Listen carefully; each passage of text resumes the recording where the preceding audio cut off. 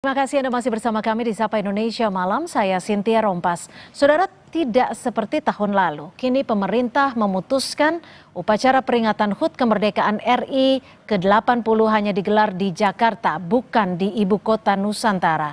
Sementara Partai Nasdem mengusulkan Wakil Presiden Gibran Rakabuming mulai berkantor di IKN agar ada aktivitas di IKN. Minimal saya lanjutkan, kalau bisa saya ikut yang menyelesaikan. Walaupun kita sadar pembangunan ibu kota itu bukan pekerjaan yang sebentar. Nasib keberlangsungan ibu kota Nusantara yang merupakan proyek warisan Presiden ke-7 RI Joko Widodo kembali menjadi pertanyaan. Selain pembangunannya terdampak efisiensi anggaran era pemerintahan Prabowo, yang terbaru pemerintah juga memutuskan hanya akan menggelar upacara Hari Ulang Tahun RI ke-80 di Jakarta. Kalau informasi terakhir yang kita dapatkan, pelaksanaan perayaan 17 Agustus akan dilaksanakan di Jakarta. Panitianya sudah dibentuk. Ya, panitianya sudah dibentuk oleh Menteri Sekretaris Negara, sudah ada, dan PCO juga menjadi bagian dari panitia itu. Padahal tahun lalu selain di Jakarta, upacara negara peringatan HUT RI ke-79 juga digelar di IKN dihadiri Presiden ke-7 Joko Widodo. Meski di tengah keterbatasan fasilitas ketika itu, pemerintah memutuskan tetap menggelar upacara di IKN. Bahkan Joko Widodo memimpin langsung sebagai inspektur upacara. Soal tak ada upacara kemerdekaan di IKN tahun ini, Presiden ke-7 Joko Widodo menghormati keputusan pemerintah. Karena enggak di Jakarta, enggak di IKN, tanggapannya gimana? Semua keputusan pemerintah kita harus dukung. Karena pasti sudah melalui pertimbangan-pertimbangan yang matang. Ya. Pak Jokowi diundang juga untuk perayaan 17 Agustus. Wah, masih lama, masih sebulan. Polemik soal nasib IKN menjadi perhatian Partai Nasional Demokrat. Nasdem mengusulkan Wakil Presiden Gibran Rakabuming Raka mulai berkantor di IKN agar aktivitas IKN tetap hidup. Usulan lain adalah melakukan moratorium pembangunan atau menjadikan IKN sebagai ibu kota Provinsi Kalimantan Timur. Jadi kan nanti biaya pemeliharaannya mahal kalau tidak ada aktivitas kan gitu. Jadi kita meminta supaya ada aktivitas dengan cara Wapres berkantor di IKN. Pertimbangkan kesediaan anggaran dan kondisi politik saat ini, pemerintah juga dapat menggunakan IKN menjadi ibu kota Provinsi Kalimantan Timur dan menegaskan kembali Jakarta sebagai ibu kota negara. Penyelenggaraan HUT ke-80 RI kembali digelar di Jakarta. Bukan hanya soal lokasi, sejumlah pertanyaan muncul soal keberlanjutan pembangunan IKN. Tim Liputan Kompas TV. Saudara, upacara negara HUT ke-80 kemerdekaan tahun ini tidak akan digelar di ibu kota negara. Apakah ini tanda mulai diabaikannya proyek IKN warisan Presiden Joko Widodo? Kita akan bahas bersama anggota Komisi 2 DPR RI dari fraksi Partai Golkar. Sudah ada Mas Ahmad Irawan dan juga analis politik Direktur Eksekutif Parameter Politik Adi Prayitno. Mas Adi, Mas Irawan, terima kasih sudah bergabung bersama kami di Sapa Indonesia Malam. Saya langsung ke Mas Irawan. Mas Irawan, ini kan sudah dipastikan ya, HUT ke-80 RI tidak lagi dijadikan ataupun dilakukan di IKN. Sebenarnya legitimasi dari teman-teman DPR tahu tidak keberadaan ataupun keberlanjutan dari IKN sendiri seperti apa sih sekarang? Nah, yang pertama begini, bahwa terkait dengan penyelenggaraan atau selebrasi kemerdekaan tetap dilaksanakan di Jakarta. Karena bagaimanapun sebelum keluarnya Kepres pemindahan ibu kota dari Jakarta ke ibu kota Nusantara, maka maka selama itu juga bahwa Jakarta adalah ibu kota negara. Itu yang paling pertama dan yang paling prinsip. Sehingga kemudian menjadi wajar apabila kemudian pemerintah mengambil keputusan bahwa penyelenggaraan HUT kemerdekaan Indonesia tetap langsungkan di Jakarta, dan itu menurut kami tetap legitimate dan secara hukum juga masih oke gitu, masih oke. Jadi sesuatu yang sebenarnya tidak perlu dipermasalahkan secara hukum gitu. Nah, kaitannya dengan pembangunan ibu kota Nusantara, ya kami sendiri sebenarnya masih masih optimis seperti yang sejak awal Ibu Kota Nusantara ini menjadi satu kebijakan politik negara dan pemerintahan sebelumnya dari Presiden Joko Widodo gitu. Meskipun sebenarnya kami menyadari juga sejak awal dan juga seperti yang disampaikan oleh Pak Prabowo tadi, bahwa sebenarnya pembangunan ibu kota adalah pembangunan yang memerlukan waktu dan Optimisnya ini pembangunan akan terus dilanjutkan atau optimis ibu kota akan pindah ke sana? Dua-duanya. Dua-duanya optimis? Dua-duanya. Karena kenapa? Karena kita masih terikat satu keputusan politik yang sudah diatur dalam undang-undang, dan itu sebenarnya menjadi konsensus kita dan merupakan hukum bahwa ibu kota kami tangkap di sana. Ya, Mas Adi, kalau memang momentum hari ulang tahun kemerdekaan adalah momentum yang besar. Kalau tahun lalu kita rayakan bersama-sama di Jakarta dan juga di IKN. Bahkan Pak Jokowi saat itu hadir juga ke IKN. Apakah ini menjadi bukti ketika tahun ini tidak dilaksanakan di sana, artinya IKN diabaikan? Ya, saya kira memang sulit untuk membantah bahwa IKN kali ini bukan sesuatu yang dianggap proyek yang terlampau strategis dan menjadi prioritas. Biasanya kalau sesuatu yang prioritas itu gaspol. Jangankan IKN, Ibu Kota Nusantara yang baru, aspal jalan saja untuk kepentingan upacara tertentu bisa semalam ataupun 2 malam. Itu artinya, sepertinya memang pemerintah hari ini itu sedang melakukan penyesuaian-penyesuaian. Kenapa IKN dianggap tidak terlampau signifikan dan prioritas? Karena pada saat yang bersamaan ada proyek-proyek pemerintah yang dinilai sangat down to earth, menyentuh langsung kebutuhan masyarakat.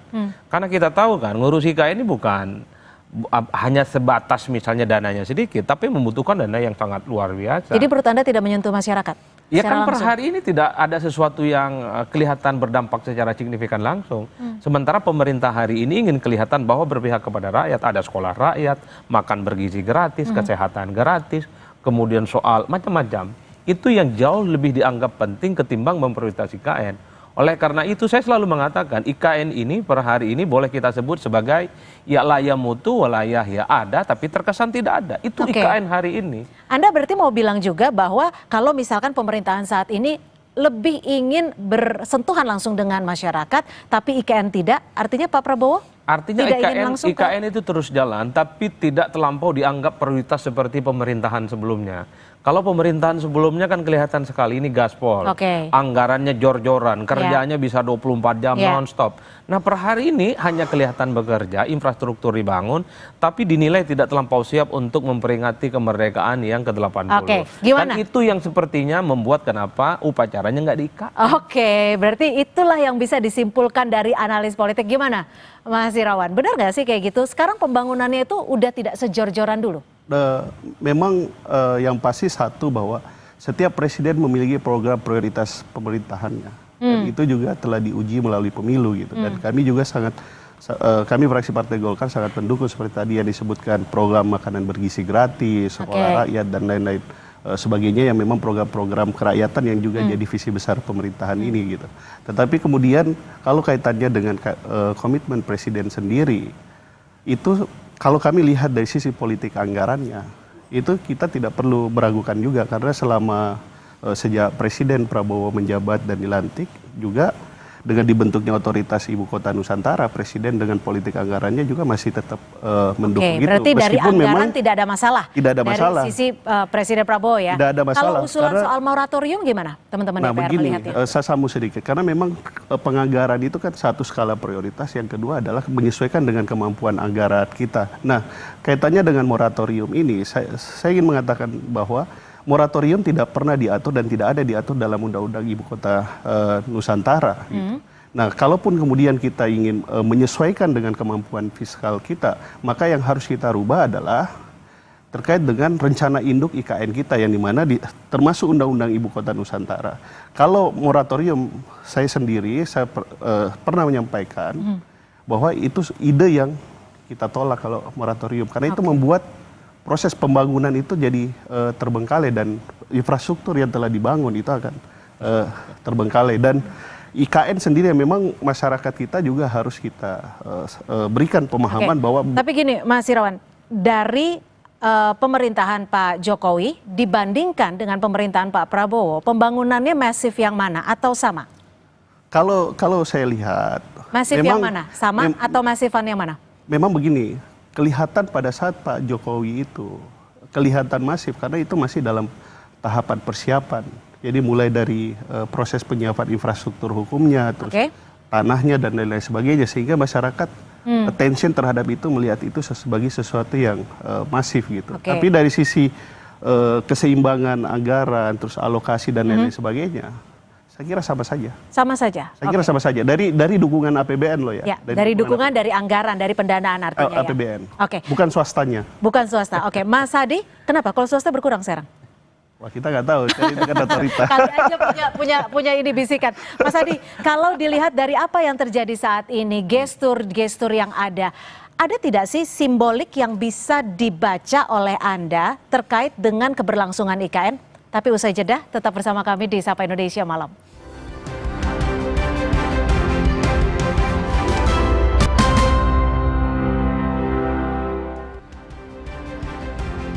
Terima kasih Anda masih bersama kami dan kita masih bersama Mas Ahmad Irawan dari anggota Komisi 2 DPR RI dan juga Mas Hadi Prayitno. Mas Hadi, kalau tadi ada pertanyaan gantung saya nih, apa yang bisa dibaca dari implikasi simboliknya ketika saat ini situasi yang terjadi, gestur-gestur yang ada terhadap keberlangsungan IKN?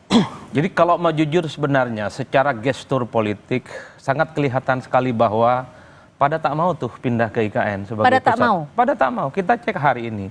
Jarang sekali kita melihat menteri berkunjung, minimal untuk melihat bagaimana progres persiapan itu IKN sebagai ibu kota negara. Kawan-kawan DPR sekalipun satu persatu kita lihat nggak ada ke situ. Padahal ini kan domain mereka untuk mendeteksi bagaimana IKN ini yang sudah menghabiskan dana yang cukup banyak, triliunan, bagaimana kesiapan mereka untuk menyongsong sebagai ibu kota Nusantara yang baru. Nah, rumitnya pada saat yang bersamaan, saya memahami pada akhirnya jika ada anggota dewan yang mengatakan ini soal pentingnya, kalau memang dianggap tak perlu IKN ada moratorium. Ini juga adalah gestur yang disampaikan, IKN kayaknya nggak penting-penting amat bagi mereka. Jadi udah ada ininya ya, QQ-nya ya, istilahnya gesturnya. Secara gestur. Padahal kalau kita tahu, kalau ada proyek strategis, tempat yang strategis, ada magnetnya. Entah itu menteri, entah itu anggota dewan, ataupun pejabat-pejabat yang ada di Jakarta. Saya kira mereka akan hilir mudik, akan melihat bagaimana. Jadi Anda progres. mau mengatakan dari teman-teman di DPR tidak ada bentuk keinginan secara murni untuk pindah ke, untuk lebih lanjut, dan dari teman-teman pemerintahannya juga. Kan kelihatan sekali per hari ini.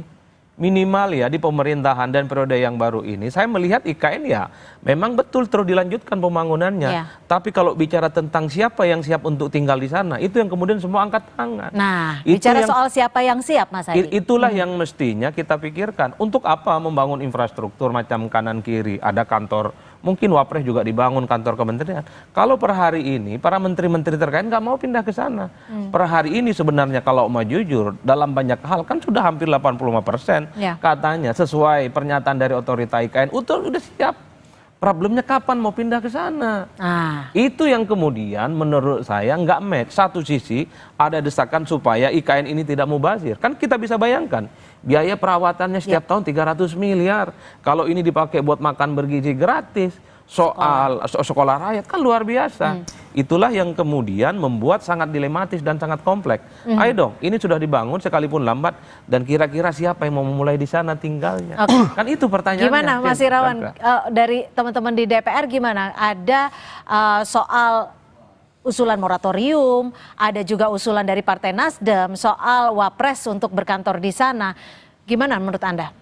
Begini. Kalau kita bicara ibu kota Nusantara, kita bicara dalam 4 tahapan besar. Persiapan, pembangunan, pemindahan, kemudian penyelenggaraan pemerintahan. Sekarang di tahap? Pembangunan. Masih di pembangunan? Ya, pembangunan. Artinya nggak masif dong pembangunannya kalau udah bertahun-tahun? Ya, karena memang disadari kalau kita buka Undang-Undang Ibu Kota Nusantara itu mengatakan memang pembangunan itu tidak bisa berlangsung cepat gitu. Bisa 10, bisa 20, bisa 30 tahun. Ini memang sesuatu proses yang terus berjalan gitu. Kalau tapi kemudian, sekarang kondisinya bisa tidak untuk langsung mulai berkantor di sana? Nah, itulah yang nanti itu masuk dalam tahapan pemindahan yang kami sendiri menunggu dan itu semua kita menunggu apa yang akan dilakukan oleh Bapak Presiden Prabowo. Kalau kemudian Presiden menyampaikan atau mengeluarkan keputusan Presiden terkait dengan pemindahan ibu kota, ya semua harus pindah ke ibu kota Nusantara. Tetapi sekali lagi bahwa tahapan itu kita belum sampai memang pada tahapan tersebut. Sekarang masih dalam tahapan pembangunan. Nah, kembali kepada pertanyaan, apakah kemudian wakil presiden harus berkantor di sana? Satu, untuk menjawab hal tersebut, yang pertama tentu sebagai wakil presiden, yang pertama adalah satu, jika terdapat penugasan dari presiden. Itu satu.